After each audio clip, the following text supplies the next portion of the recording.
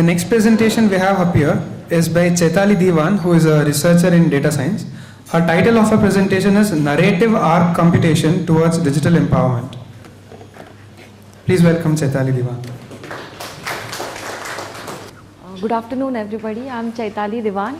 I'm going to present my work, Narrative Arc Computation Towards Digital Empowerment.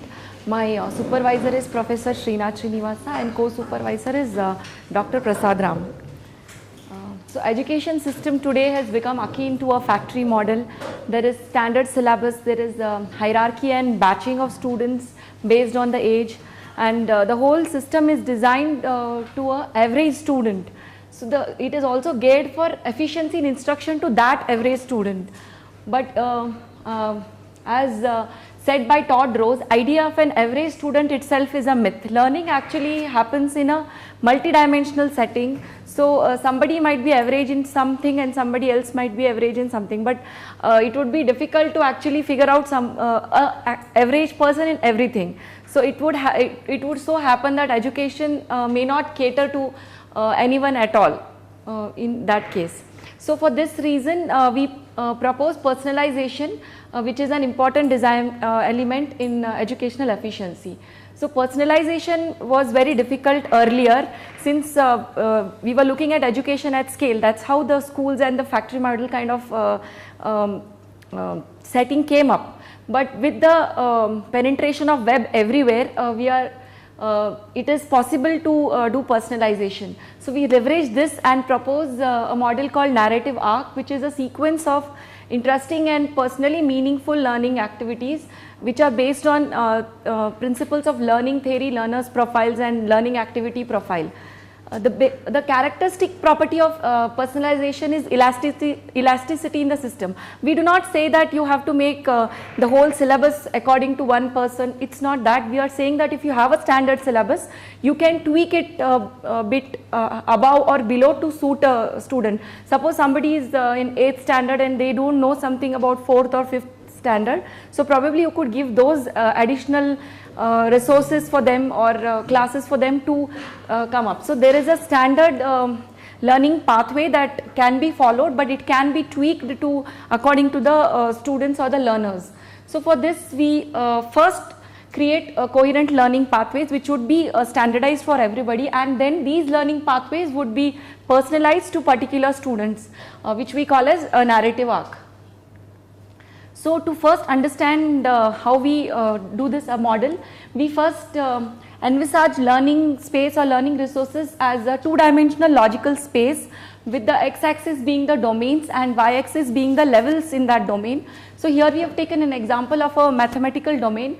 So these are the different domains that we listed. So if you take say the second topic, operations and algebraic thinking, you can see that these go up to the grade 5. So at different levels the same topic can be taught. So first all the resources are mapped on this competency map. Then on that the coherent learning pathways are built.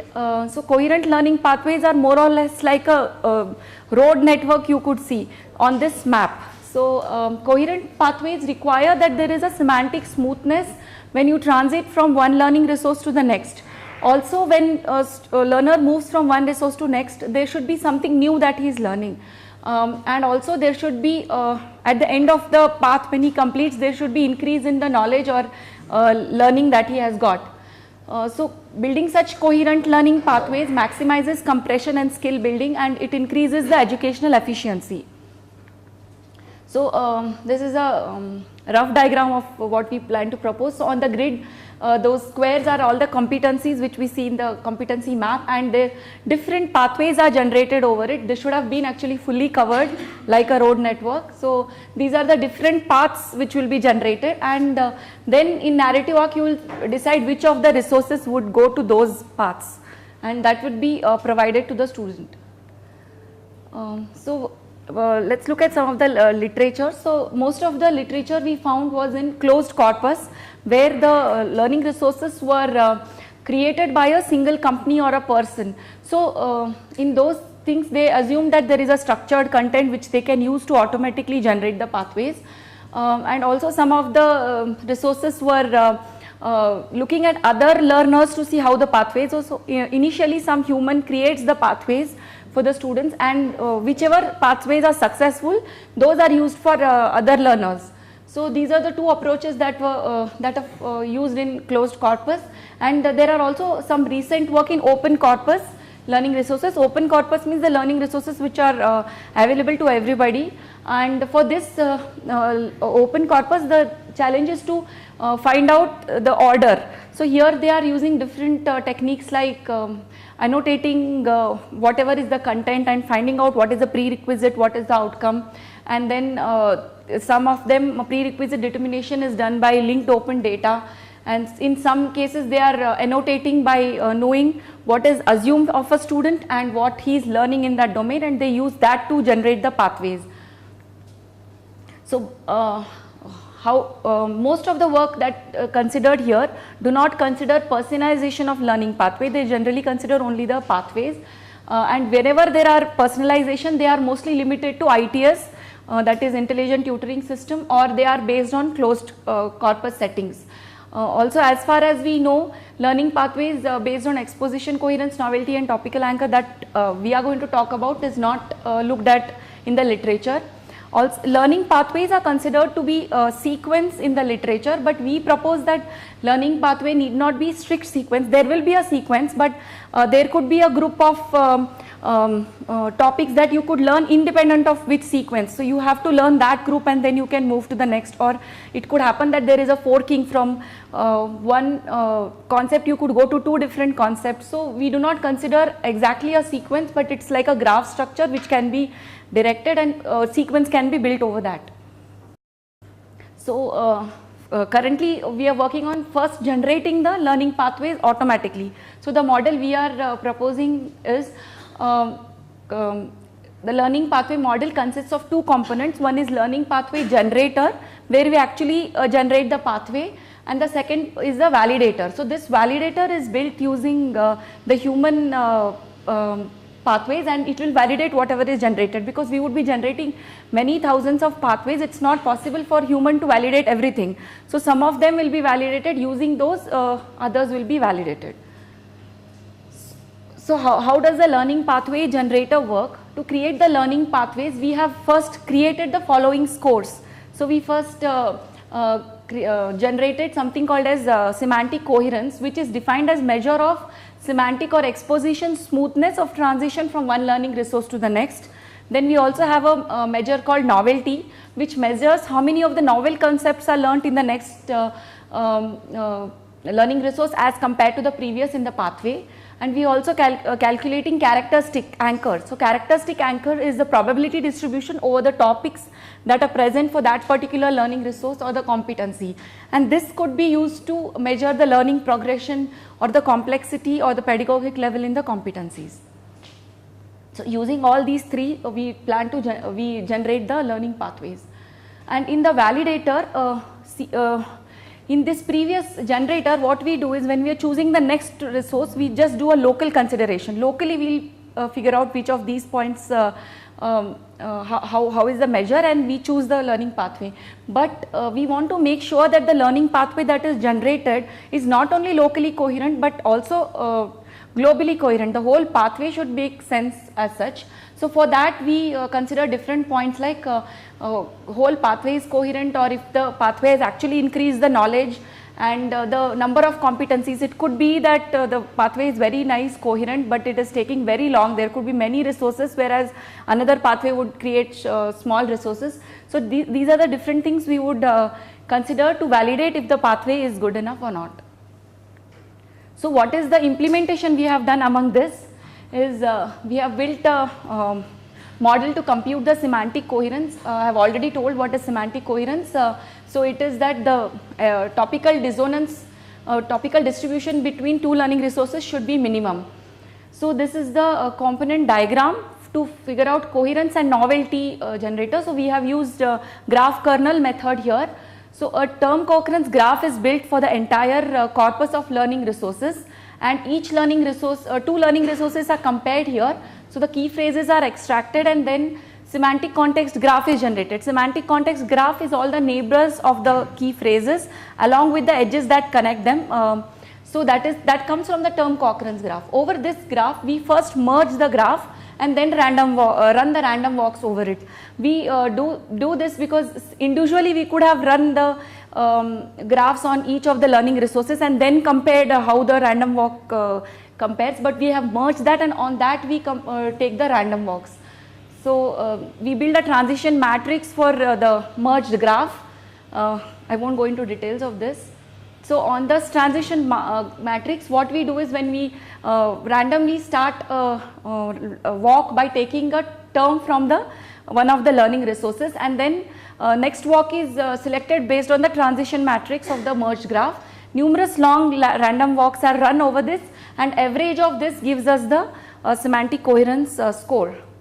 So this is the formula for that. The trace of every random walk is taken, which is a sequence of all the terms that characterize that particular random walk, and we figure out how many of them are common nodes between the two learning resources and divided by the total number of nodes. So over several random walks we take an average, which gives us the exposition or the semantic coherence score. In novelty computation, in the same random walk sequence, what we see is what is new in the new learning resources. In this case it is K2, which is not in K1, divided by all the common nodes that are visited, and we take an average over it, then we get the novelty score. So this is not commutative. Both these scores vary if you go from first running resource to the next or the other way. Then we have still not done characteristic anchor, which I have spoken. These two scores we have used and tried to generate the paths.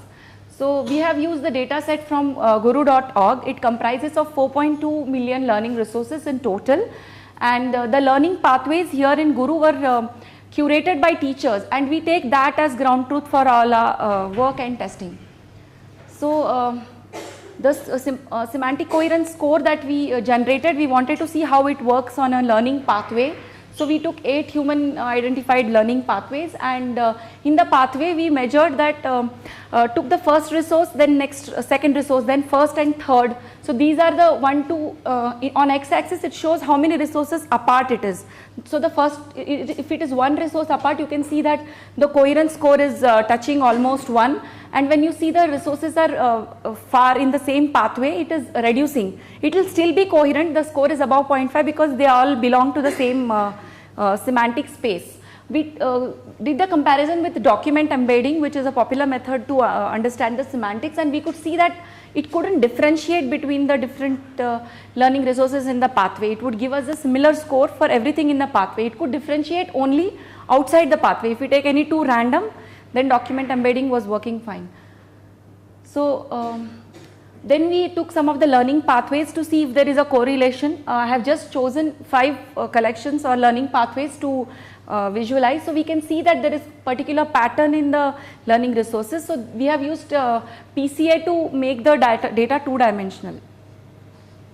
So for generator, what we have done is we have trained a SVM classifier with the features of exposition coherence and embedding calculated using word embedding, TF-IDF, and average of word embeddings. And we have used ground truth of around 40 learning pathways. So we made the consecutive learning resources are coherent, and random resources just picked from the corpus as not coherent. Then how we generate the path is, given a learning resource, since it's embedded in a space, we take the neighboring learning resources around it, and each one of these neighbors is considered as a candidate for the next learning resource to be picked. Now we pair that with the source, that is the starting point, and the candidate. For each of this we find out through the SVM if it is coherent, and we use the confidence score. Whichever has the highest confidence score, we take that as our next resource in the pathway. So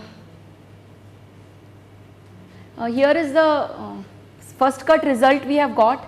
We can see that most of these learning pathways belong to the same semantic space, and there is a progression, but these results need more improvement because we have still not used our own novelty score and characteristic anchor, which is underway. We plan to use that also and enhance this model. So we also I want to talk about the validator model or the classification model, which validates the whole sequence as such. So we used LSTM for this, for the human curated learning pathways to figure out if it is working. The same problem we faced is we were not using all the scores that we have generated now. So this work was done before, so it was not showing encouraging results. So we would be using the new scores to find the validator as such. So the future work we are seeing is create the competency map much efficiently, improve learning pathways using novelty score, characteristic anchors and competency path, formal testing of the generated learning pathways, and to improve the classification model I just talked about, and use both of them like a reinforcement learning model to validate the pathways that are generated. The score part was published in ODBase. Any questions? We have time for a few questions. I have a question. Yeah. Firstly, if you look at the 4.1 million resources, Yeah. are they course material which last for a term? No, they are just the open corpus materials that Guru has What size curated. is this document, a single document in the 4.1 million, a single unit? So some of them are like just a PDF, some of them are interactive resources, some of them are videos. So, So only an obvious question would be, if these items become a course content, which is what you are planning. yeah. Your learning pathway is via courses. Yes, like the competency graph you showed is between grade 1 to grade 10 Yeah. of the 12 different mathematical Yes. subjects, right? Yeah. So your entire formulation has to apply on a course a time scale, a document which is a time scale of 6 months or 4 months. Yes. Right? Oh. And so We how actually do you look at- scale to this?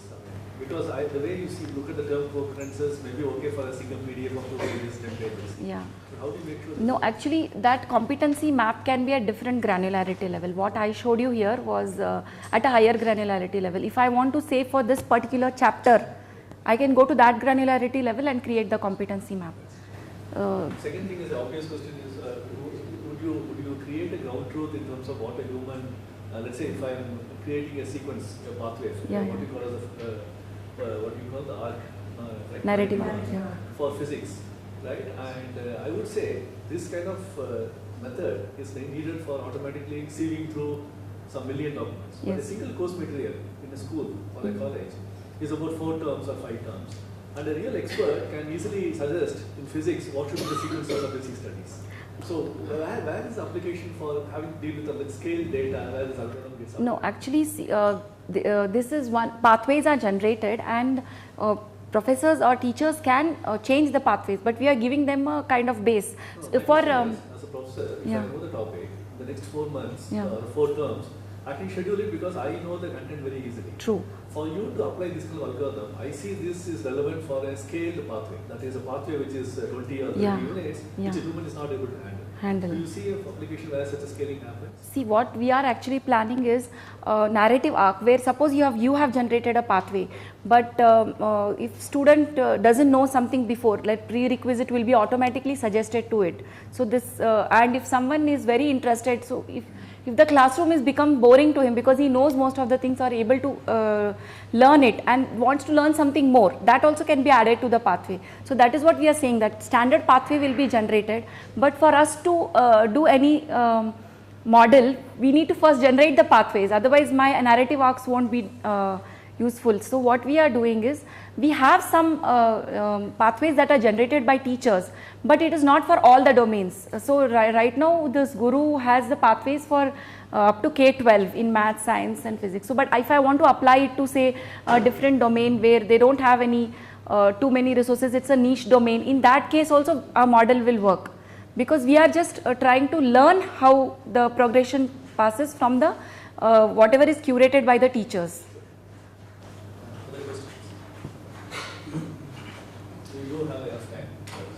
Do you have any pictorial representation of how this LSTM and reinforcement learning models are brought together? What are the different inputs that you bring in for having the paths? I didn't create a slide for it, but for LSTM what we do is the whole pathway we give as input. So we create the embedding for each of them on the competency map, and that embedding in 100 dimensions is passed. So if there are say 15 learning resources, all 15 learning resources embedding is passed to it, and these are the generated paths by the teachers, and that will be the validator, and the negative case is the random learning resources we have picked for that particular subject. So we are doing it subject wise. Okay. Sequence I understand you can implement in an RNM and LSTM. Yeah. But there is a constraint, like okay, something should go before this Yeah. exercise. Yeah. So how you can incorporate that sort of thing in your whole network? See, in one, what we are doing is first a validator is trained on something like LSTM, so we know the whole sequence how it should look, and then the generator actually takes into consideration local considerations like the scores, how is the next one. So that will be validated with this. Now local consideration, I build a path. Then I'll get a feedback from the validator. That's like a reinforcement learning, which will say you have built this path, but it is not a very good path if I compare it to the global picture. So then that feedback is taken and the model is retrained. So it is retrained to adopt, to make it a better generator. As part of the RF, the criteria, which is considered, okay, this was complete or not complete, that will give feedback, right? Yeah. So, okay, since we don't have pictorial evidence, I couldn't get into that. Okay, maybe I'll talk to you offline. Yeah, sure. Thanks. How is a narrative arc different from an intelligent tutor system? See, in intelligent tutoring system, the content is made by a particular same company, and there is a structured content. They know what goes after it. So that's why they are just using some techniques like BKT and all, and they are trying to give you the next learning resource. So it is at the level of what is the next question you give to the student, so or when they are learning coding assignments. So it is at that level in ITS, but personalization at the level of giving the resource itself is not considered in ITS. The narrative arc does not do what ITS does. No, it does not do. Kind of. They are different, yeah. So in literature we saw that most of the personalization was done in that, or if the kind of thing we are doing, but it is in a closed setting, it's not in open learning resources, but we are planning to address any learning resource which is present.